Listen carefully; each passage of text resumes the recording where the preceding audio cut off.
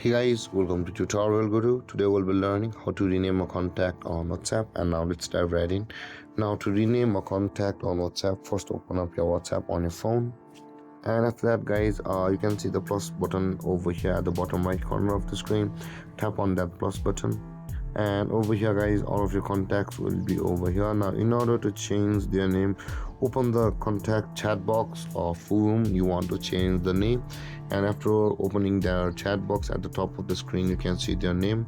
Tap on that and you'll be over here on this interface, and again at the top right corner of the screen there is a three dotted icon. Tap on that three dotted icon and this kind of menu will appear where you'll be required to tap on edit, and you can see guys, you'll be able to change their name again or rename it.